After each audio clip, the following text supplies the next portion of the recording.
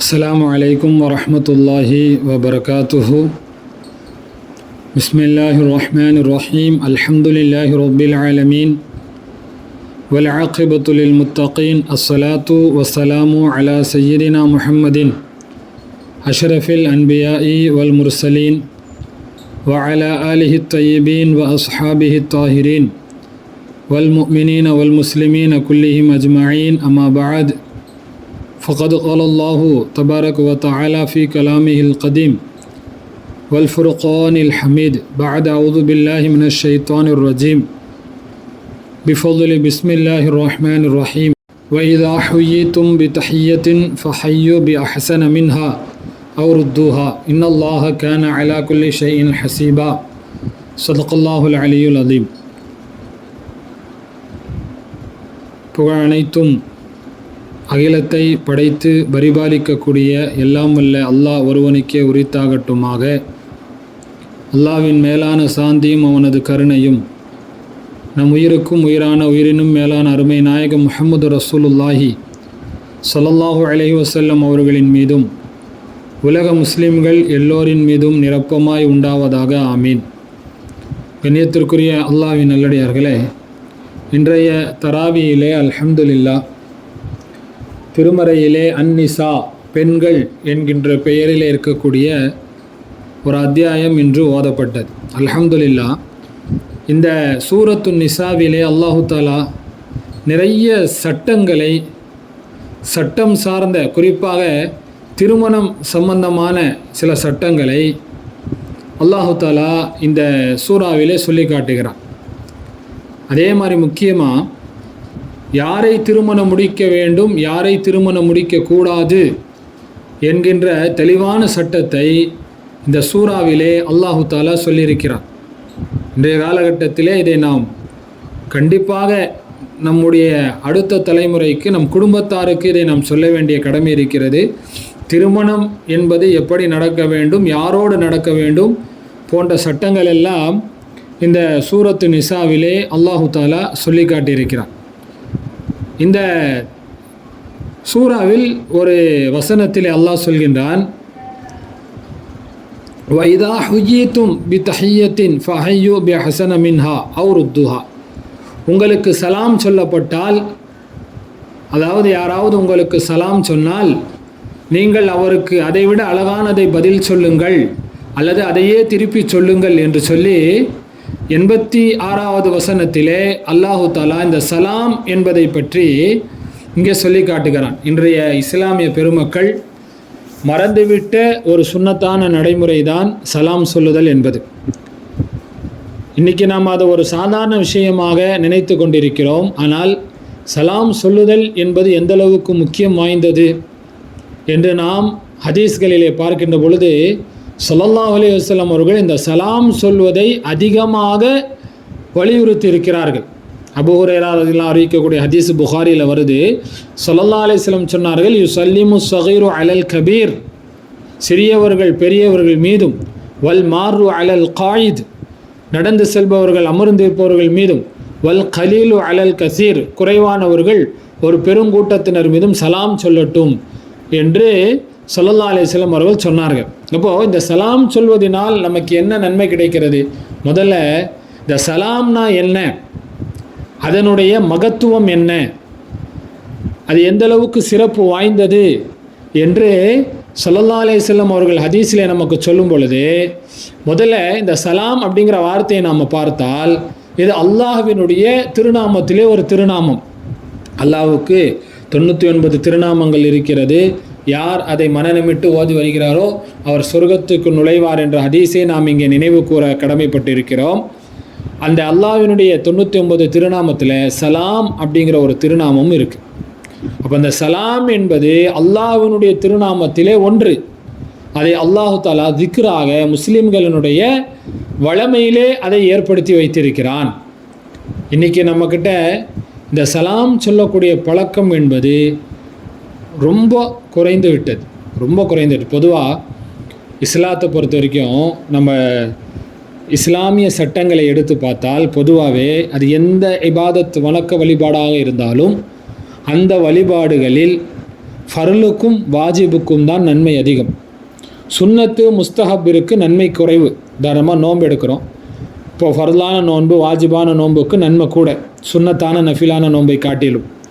அதே மாதிரி ஃபர்லான தொழுகை வாஜிபான தொழுகைக்கு நன்மை கூட. நீங்கள் சுன்னத்தான முஸ்தஹப்பான தொழுகைக்கு பார்த்தீங்கன்னா அதை விட நன்மை குறைவு தான். ஆனால் ஷரியத்தில் ஒரே ஒரு அமல் இருக்கிறது. எப்படிப்பட்ட அமல் அப்படின்னா, சுன்னத்துக்கு நன்மை அதிகம், வாஜிபுக்கு அதை விட நன்மை கம்மி என்று பார்த்தால் சலாம் மட்டும்தான். ஒரு ஆளே முதல்ல தன் இன்னொரு முஸ்லீம் சகோதரருக்கு சலாம் சொல்லுதல் என்பது அது சுன்னத். முதலில் சலாம் சொல்பவருக்கு நன்மை அதிகம். இப்போ ஒரு ஆள் நமக்கு சலாம் சொல்லிட்டா அதற்கு பதில் சொல்கிறது வாஜிப், கண்டிப்பாக பதில் சொல்லி ஆகணும். ஆனால் நாம் வாஜிபை செய்கிறோம், ஆனால் அதற்கு நன்மை குறைவு. அந்தளவுக்கு இந்த சலாம் என்பது இஸ்லாமிய கடமைகளில் ஆக முக்கியமான ஒரு கடமை. கண்ணியத்திற்குரியவர்களே, சஹாபா பெருமக்களில் ஹஸரத் அப்துல்லா இப்னு சலாம் ரஸியல்லாஹு தஆலா அன்ஹு அப்படின்னு ஒரு சஹாபி. இவங்க வேதம் அதாவது இஸ்லாத்தை ஏற்றுக்கொள்வதற்கு முன்னாலே வேதங்களில் முன் இறக்கப்பட்ட வேதங்களின் ஞானம் கொண்டிருந்த ஒரு பெருமகனார். இவங்க முன் வேதங்களில் இப்படி ஒரு நபி வருவாங்க என்பதை அவர்கள் அறிந்திருந்தாங்க. இப்போ அந்த நபிக்கு உண்டான அடையாளம் என்ன, அவங்க மதீனாவில் வருவாங்க அப்படிங்கிறதெல்லாம் தெரிஞ்சுட்டு மதீனாவில் இருக்கும் பொழுது கண்மணி நாயகம் ஸல்லல்லாஹு அலைஹி வஸல்லம் அவர்கள் மக்காவிலிருந்து ஹிஜ்ரத்து பயணம் செய்து மதீனாவுக்கு வராங்க. குபாவில் தங்கி கடைசியில் புனித மதீனா நகருக்குள் வரும் பொழுது மக்கள் எல்லாம் ஸல்லல்லாஹு அலைஹி வஸல்லம் போய் சூழ்ந்து நிற்கிறாங்க. ஸல்லல்லாஹு அலைஹி வஸல்லம் முதல்ல மதீனாவுக்கு வந்திருக்காங்க, என்ன நமக்கு உபதேசம் செய்ய போகிறாங்க, என்ன பிரசங்கம் செய்ய போகிறாங்க அப்படிங்கிறத தெரிந்து கொள்வதற்கு மக்கள் எல்லாம் நிற்கிறாங்க. அந்த சபையில் ஹஸரத் அப்துல்லா இப்னு சலாம் ரஸியல்லாஹு அன்ஹு அவங்களும் வந்திருக்கிறாங்க. திருமீதியில் வரக்கூடிய ஹதீஸு. அதாவது யோசித்து பார்க்கணும், ஒரு 13 ஆண்டு காலம் மக்காவில் சொல்லில் அடக்க முடியாத அளவிற்கு, சொல்லி உணர்த்த முடியாத அளவுக்கு கஷ்டங்களை அனுபவித்தாங்க. பல கஷ்டங்கள். கடைசியில் ஸல்லல்லாஹு அலைஹி வஸல்லமுக்கு மக்கா மிகவும் பிடித்தமான இடம் இருந்தாலும் தன்னால் அந்த இடத்தில் இனி இருக்க முடியாது என்கின்ற ஒரு இக்கட்டான சூழல் வந்தவுடன் தான் அல்லாஹ்வினுடைய கட்டளைக்கு இணங்க ஸல்லல்லாஹு அலைஹி வஸல்லம் மதீனாவுக்கு ஹிஜ்ரத் செஞ்சு வந்தாங்க. இப்போ மதீனாவுக்கு வந்த உடனே தனக்கு தோதுவான ஒரு பெருங்கூட்டம், தன்னுடைய ஆதரவாளர்கள், மதீனாவில் ஸல்லல்லாஹு அலைஹி வஸல்லம் ஏற்றுக்கொண்ட மக்கள், ஹவுஸ் ஹஸரஜாக இருந்த அன்சாரி தோழர்கள் அங்கே இருக்கிறாங்க. இப்போ ஸல்லல்லாஹு அலைஹி வஸல்லம் நினைத்திருந்தால் அந்த மக்கள்கிட்ட சொல்வதற்கு 1000 விஷயம் இருந்துச்சு, எவ்வளவோ விஷயங்கள்லாம் இருந்துச்சு. நாங்கள் மக்கள் எப்படி கஷ்டப்பட்டோம் அப்படின்னு சொல்லி எவ்வளவோ பேசலாம். இன்றைக்கி நம்ம நிறைய தலைவர்களை நாம் பார்க்கிறோம். அப்படி தான் ஒரு மேடை பேச்சுன்னு எடுத்துக்கிட்டாலே ஒரு கூட்டம் மீட்டிங்னாலே தங்களுடைய கஷ்டங்களை மற்றவர்களை பேசுவதை மட்டுமே வழமையாக இருக்கிறது. ஆனால் ஸல்லல்லாஹு அலைஹி வஸல்லமுடைய வரலாற்றை பார்க்குறோம். ஸல்லல்லாஹு அலைஹி வஸல்லம் வந்தாங்க, மக்கள் எல்லாம் கூடி நிற்கிறாங்க. இப்போ ஸல்லல்லாஹு அலைஹி வஸல்லம் 3 விஷயங்களை மக்களை பார்த்து சொன்னார்கள். என்ன? யா யுஹன்னாஸ், ஓ மனித சமூகமே, அஃப்ஷுஸ் சலாம், சலாமை நீங்கள் பரப்புங்கள். வஅத்இமு தஆம், பசித்தவருக்கு உணவளியுங்கள். வஸல்லு பில்லைலி வன்னாசு நியாம், மக்கள் எல்லாம் தூங்கி கொண்டிருக்கும் பொழுது இரவிலே நீங்கள் எழுந்து இரவு நேர தொழுகையை நீங்கள் தொழுங்கள். அப்படி தொழுதால் ததுகுலுல் ஜன்னத பிசலாம், சலாமத்தாக எந்த ஆபத்தும் இல்லாமல் நிம்மதியாக சுவனத்திலே நீங்கள் நுழைந்து கொள்வீர்கள் என்று சொல்லி ஸல்லல்லாஹு அலைஹி வஸல்லம் அவர்கள் சுவனத்திலே நுழையக்கூடிய அமல்களை முதல்ல மதீனாவுக்கு வந்தவுடனே மக்கள்கிட்ட சொல்கிறாங்க. யோசிங்க, இப்போ என்ன சொல்ல வராங்க ஸல்லல்லாஹு அலைஹி வஸல்லம்? இந்த உலகத்தில் சமாதானத்தை பரப்புகிறார்கள். பொதுவாக இந்த சலாம் நாம் இன்றைக்கி சொல்கிறோம், மற்றவர்களுக்கு நாம் சலாம்களை சொல்கின்றோம்.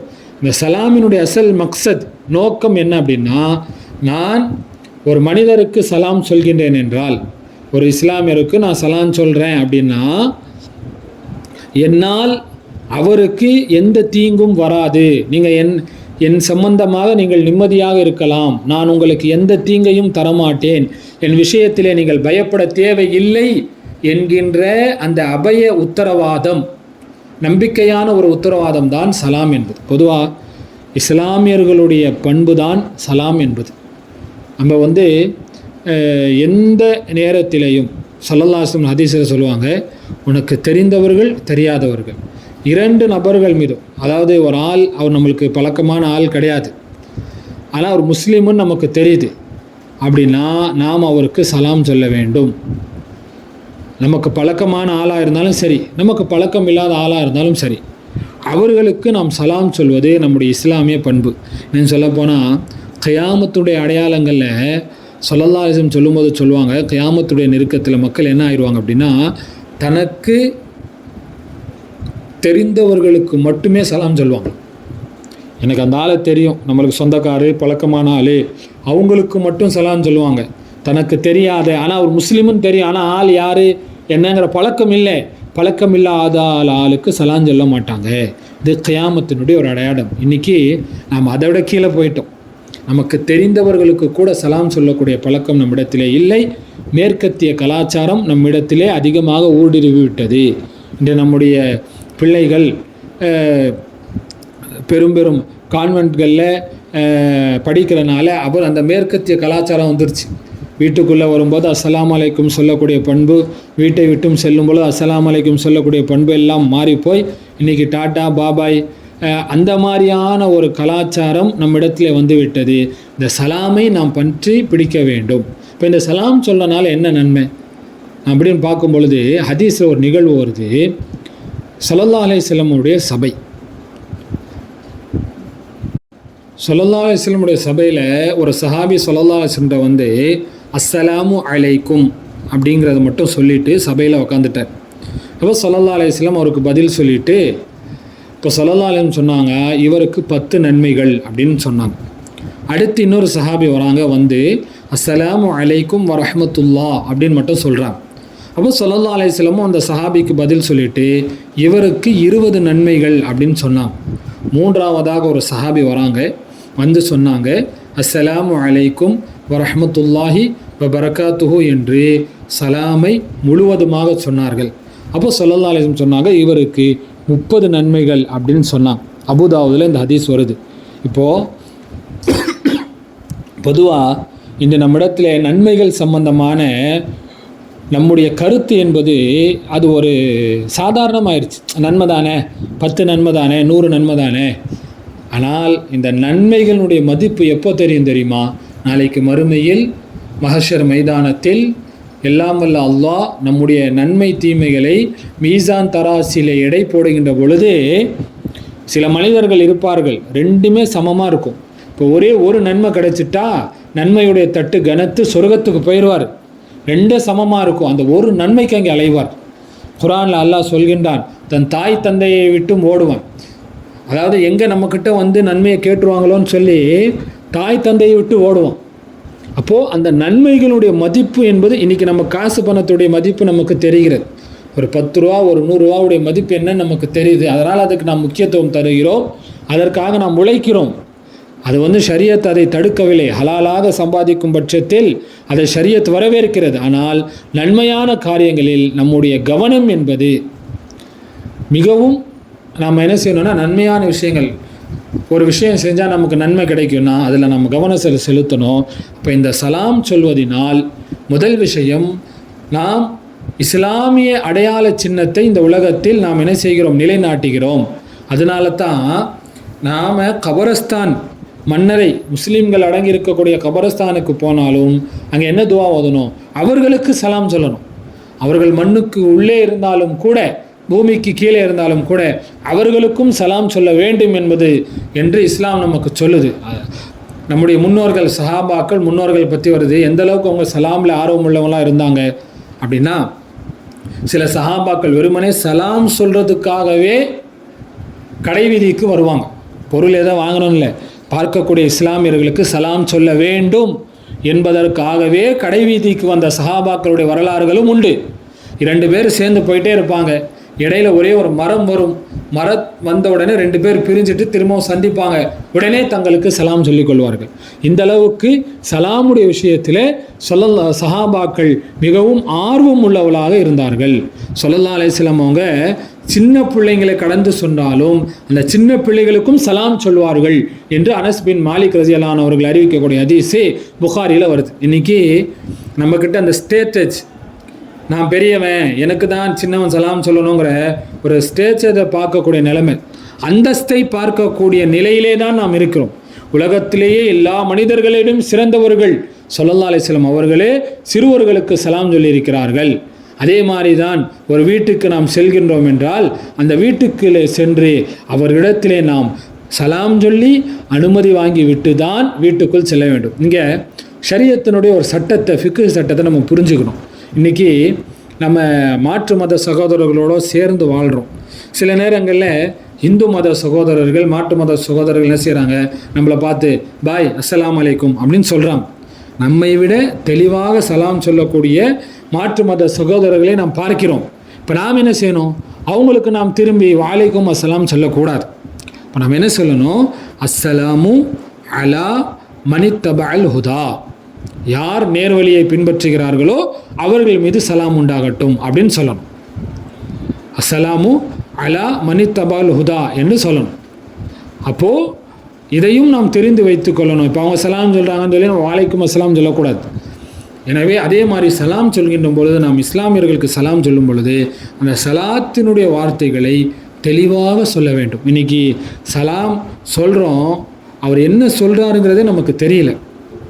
இன்னும் சிலர் என்ன நினச்சிக்கிறாங்க, வெறுமனே கைகளை உயர்த்துவது மட்டும்தான் சலாம் என்று நினைக்கிறார்கள். அல்ல, கைகள் உயர்த்துறதுங்கிறது எதுக்குன்னா, ஒரு ஆள் தூரமாக இருக்கிறாரு, நான் இங்கே நிற்கிறேன், நான் இங்கேருந்து அஸ்ஸலாமு அலைக்கும் சொன்னால் அவர் காது வரைக்கும் அது போய் விழாது. எனவே நான் ஒரு அடையாளத்தை காட்டுகிறேன், நான் உங்களுக்கு இங்கிருந்து சலாம் சொல்கின்றேன் என்று நம் கைகளை உயர்த்துகின்ற பொழுது அந்த மனிதர், ஓ இவர் நமக்கு அங்கிருந்து சலாம் சொல்கின்றார் என்று நமக்கு பதில் சொல்வார். அதுக்குத்தான் கைகளை உயர்த்த வேண்டுமே தவிர கையை உயர்த்திட்டாலே சலாம் அப்படின்னு நாம் நினைக்கிறது தப்பு. சலாம் என்ற வார்த்தையை அதுவும் முழுவதாக சலாம் சொல்ல வேண்டும். இப்போ ஒரு ஆள் அஸ்ஸலாமு அலைக்கும் அப்படின்னு சொன்னால் நம்ம வலைக்கும் அஸ்ஸலாம் வரஹ்மத்துல்லாஹி வபரகாத்துஹு சொல்லலாம். அதே நேரத்தில் சலாமை ஆரம்பிப்பவரே அஸ்ஸலாமு அலைக்கும் வரஹ்மத்துல்லாஹி வபரகாத்துஹு என்று சொல்லிவிட்டால் பதில் சொல்பவர் வெறுமனே வலைக்கும் அஸ்ஸலாம் என்று நிறுத்தக்கூடாது. இது குர்ஆனினுடைய வழிகாட்டுதலுக்கு நேர். இப்போ பதில் சொல்வர் என்ன சொல்லணும், வலைக்கும் அஸ்ஸலாம் வரஹ்மத்துல்லாஹி வபரகாத்துஹு என்று சொல்ல வேண்டும். எனவே கண்ணியத்திற்குரியவர்களே, நமக்கு தரப்பட்டிருக்கக்கூடிய நாம் மக்கள்கிட்ட அதிகமாக சலாம் சொல்லும்போது என்ன நன்மை கிடைக்கும், மக்களோடு நமக்கு ஒரு விதமான ஒரு இணைப்பு, மக்களோடு சேர்ந்து வாழக்கூடிய ஒரு இணைப்பு என்பது கிடைக்கும். மக்களோட நம்ம இணங்கி வாழக்கூடிய ஒரு சூழல் ஏற்படும். இன்னும் சொல்ல போனால் சலாம் பாருங்கள், நம்ம எந்த இடத்துலையும் சொல்லலாம். இன்றைக்கி உலகத்தில் எல்லா மதத்தவர்களும் எல்லா கலாச்சாரத்தை பின்பற்றுவர்களுக்கும் ஒரு முகம்மன் அப்படின்னு, அதாவது ஒரு வாழ்த்து இருக்குது. இப்போ உதாரணமாக நான் இங்கிலீஷில் எடுத்துகிட்டா good morning, have a nice day, இந்த மாதிரி நம்ம இங்கிலீஷில் சொல்கிறோம். தமிழ்களில் காலை வணக்கம் இப்படின்னு சொல்கிறோம், வாழ்த்துக்கள் அப்படின்னு நம்ம சொல்கிறோம். நம்ம இஸ்லாமியர்களுக்கு அஸ்ஸலாமு அலைக்கும் இருக்குது. இப்போது மற்ற அந்த வார்த்தைகள் எல்லாம் எல்லா சூழலிலேயும் நம்மளால் பயன்படுத்த முடியாது. இப்போது ஒரு துக்க வீடு இருக்குது, ஒரு ஆள் மௌத்தா போயிட்டாங்க, அந்த வீட்டில் போய் குட் மார்னிங் என்றோ காலை வணக்கம்னு நம்மளால் சொல்ல முடியாது. வாழ்த்துக்கள் அப்படின்னு அங்கே போய் நம்மளால் சொல்ல முடியாது. ஆனால் அந்த இடத்திலேயும் நாம் அஸ்ஸலாமு அலைக்கும் சொல்லலாம். சந்தோஷமாக இருப்பவரை பார்த்து அஸ்ஸலாமு அலைக்கும் என்றால் அல்லாஹ் உங்கள் சந்தோஷத்தை நிலைத்து தருவான் என்கிற துவா அதுக்குள்ளே இருக்கிறது. கவலையிலே இருப்பவரை பார்த்து அஸ்ஸலாமு அலைக்கும் என்றால் அல்லாஹ் உங்கள் கவலையை போக்கட்டும் என்கின்ற துவா அதில் இருக்கிறது. எனவே ஒரு முஸ்லீம் இன்னொரு முஸ்லீமுக்கு செய்ய வேண்டிய கடமைகளில் இந்த சலாம் சொல்வதும் ஒன்று என்பதை நாம் விளங்கி நம் வாழ்க்கையில் இனி எல்லா நேரத்திலேயும், குறிப்பாக நம்ம வீட்டுக்குள்ளே வரும்பொழுதும் சலாம் சொல்லிட்டு வரணும். இந்த பழக்கம் இன்றைய இஸ்லாமியர்கள்ட்டே சுத்தமாக இல்லாமல் போயிடுச்சு.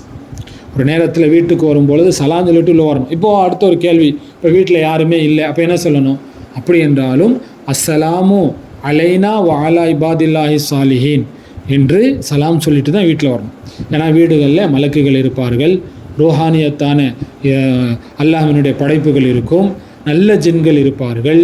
அவர்களுக்கு நாம் சலாம் சொல்லிவிட்டு என்ன செய்ய வேண்டும், வீட்டிற்குள் வர வேண்டும். எனவே இந்த சலாத்தை நாம் வாழ்க்கையிலே பற்றி பிடிப்போமாக, இந்த சலாம் சொல்வதின் மூலமாக நாம் சங்கை பெறுவோமாக. வாஹிர் தவானா அல்ஹம்துலில்லாஹி ரப்பில் ஆலமீன். அஸ்ஸலாமு அலைக்கும் வரஹ்மத்துல்லாஹி வபரகாத்துஹு.